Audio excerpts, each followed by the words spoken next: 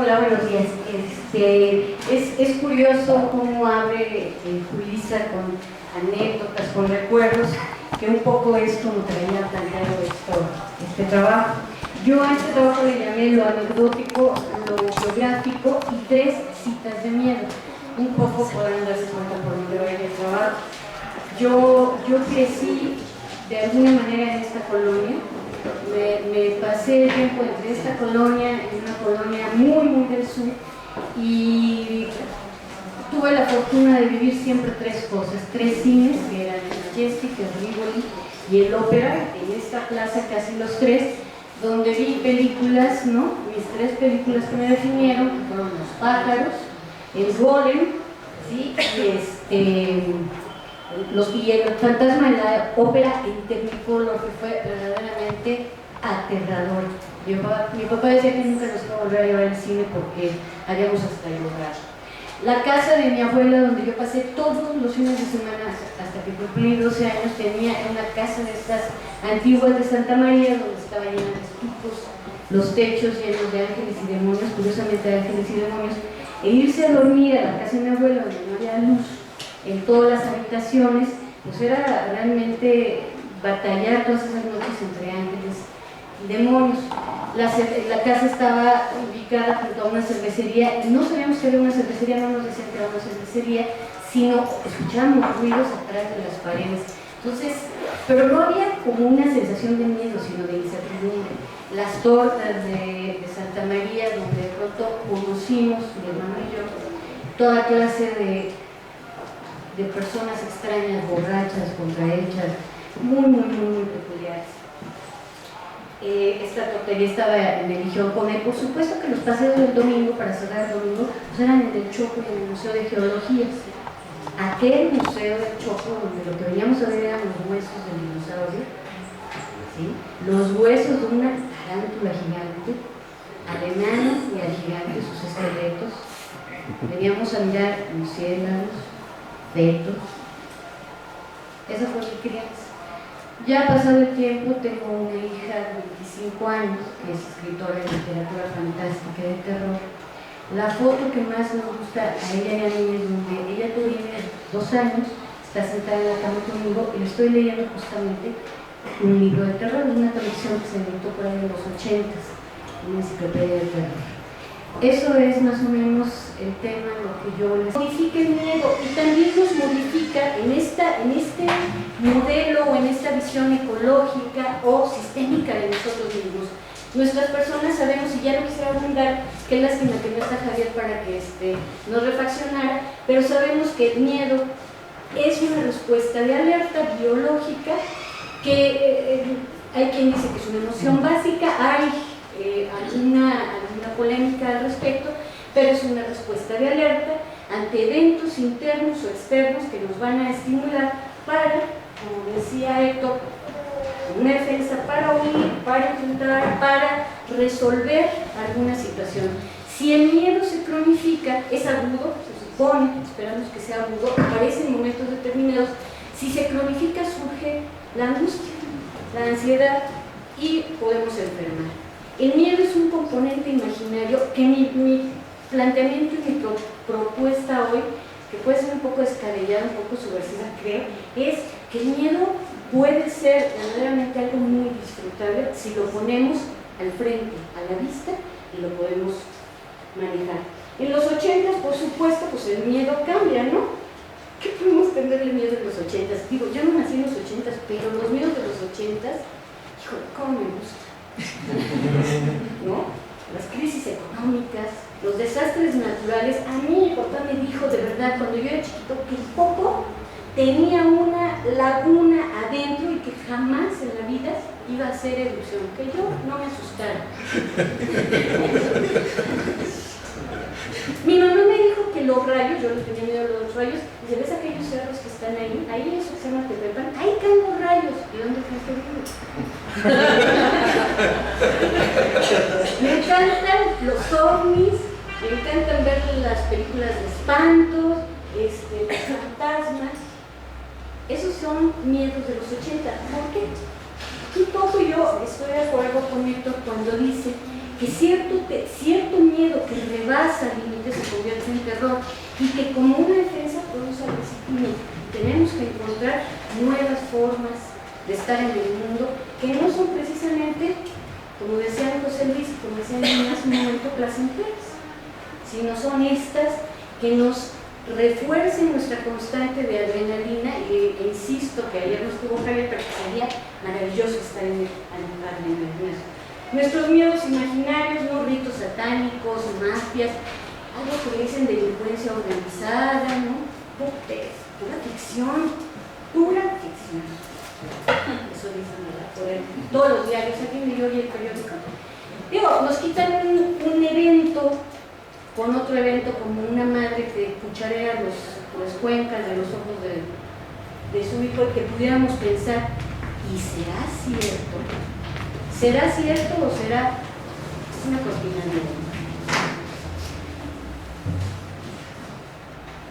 Piensen ustedes y exprésenlo en voz alta, susurrando primero y después en voz alta. Es un ejercicio, se los pido, sobre sus miedos. ¿Cuál es mi miedo? Ya lo pensaron. ¿Cuál es mi miedo? Yo no escucho.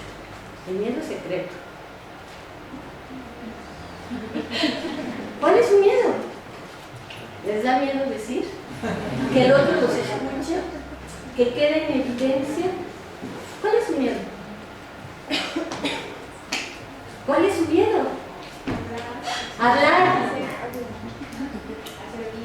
A ser visto. Hacer el ridículo. ¿Otro miedo?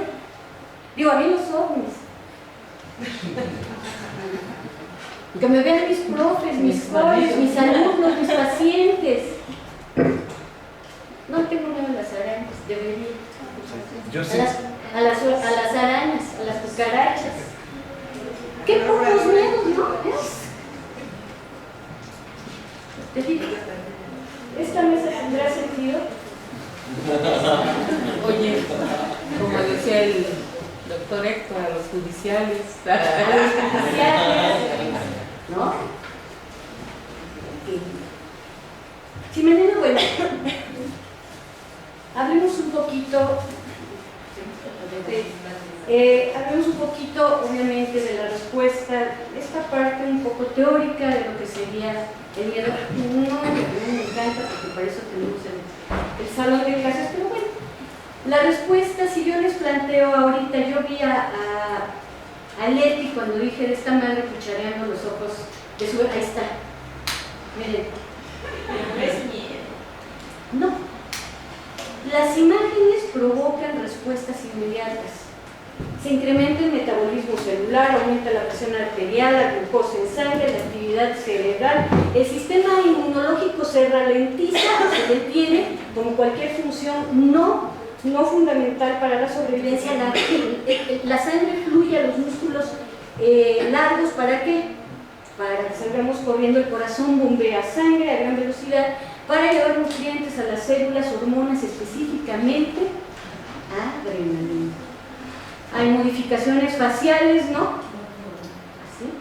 Se abren los ojos, mirar mejor, se dilatan las pupilas para concentrar la luz, la frente se arruga y los labios se estiran. ¿Para qué será? Mira, really. Es reflejo, ¿Qué reflejo?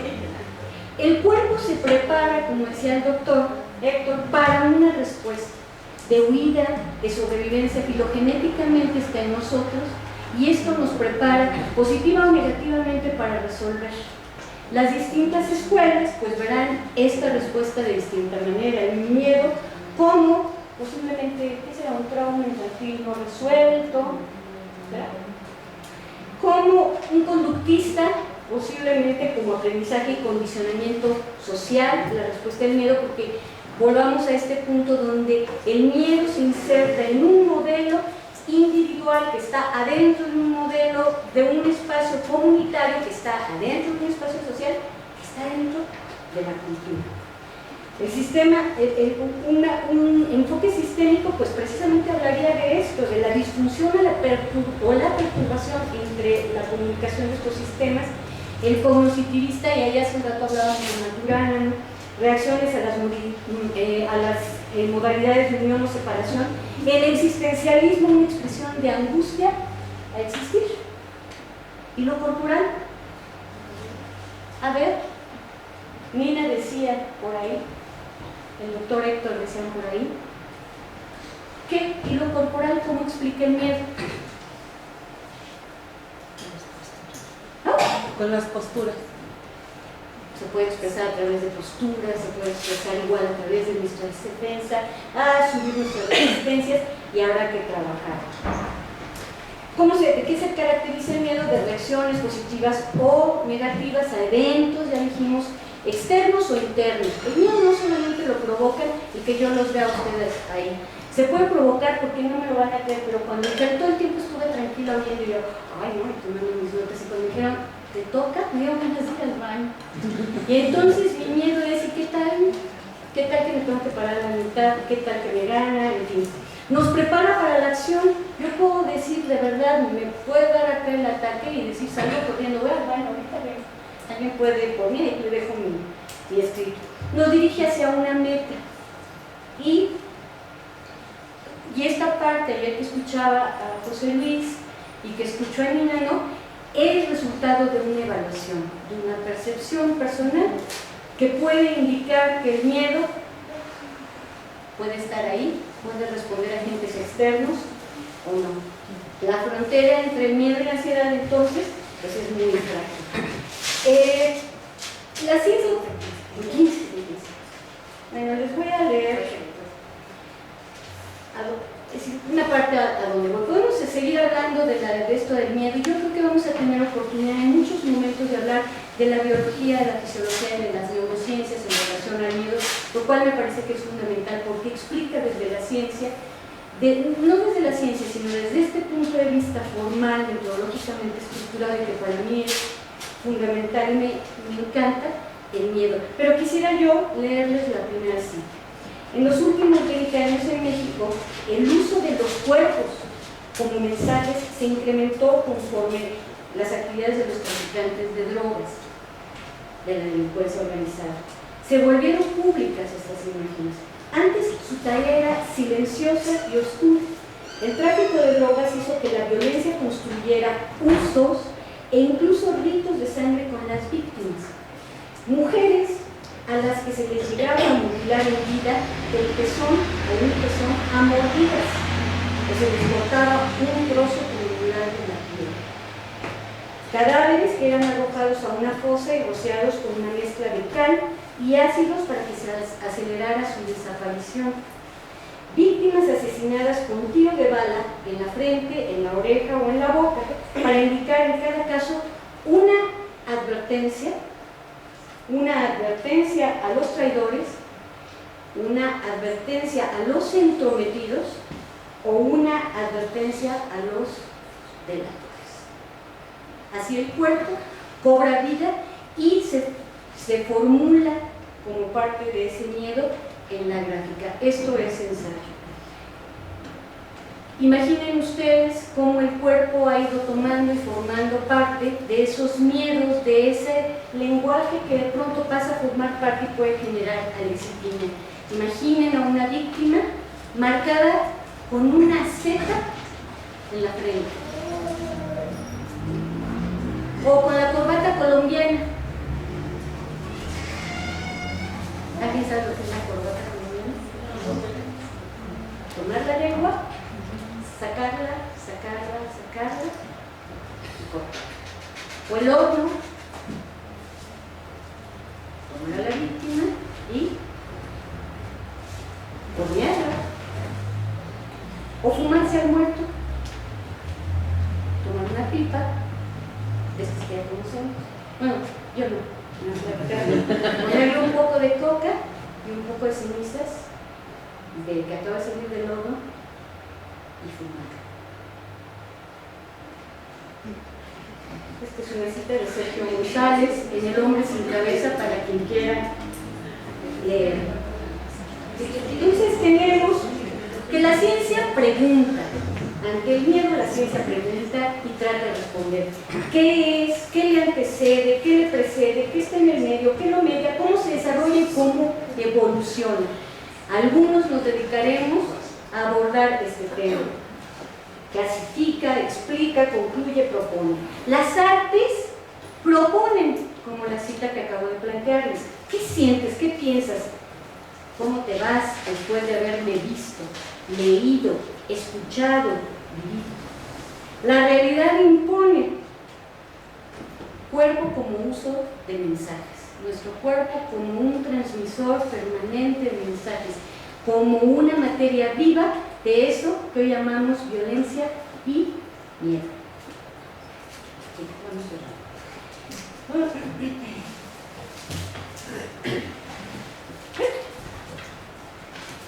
García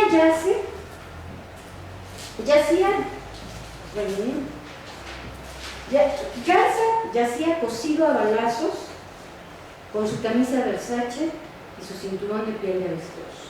Las 5 de la mañana en el reloj del buró, las 8 de la noche en su inconsciente crispal. Un tropel de imágenes le hizo pensar que era mejor enfrentar al terapeuta. Sala de espera. La modernidad de una ciudad se mide por las armas que truenan en sus calles, reflexionó. El detective sorprendió por su insólita conclusión. Edgar, el zurdo Mendieta, le está diciendo esto a su psicoterapeuta, el doctor Parra.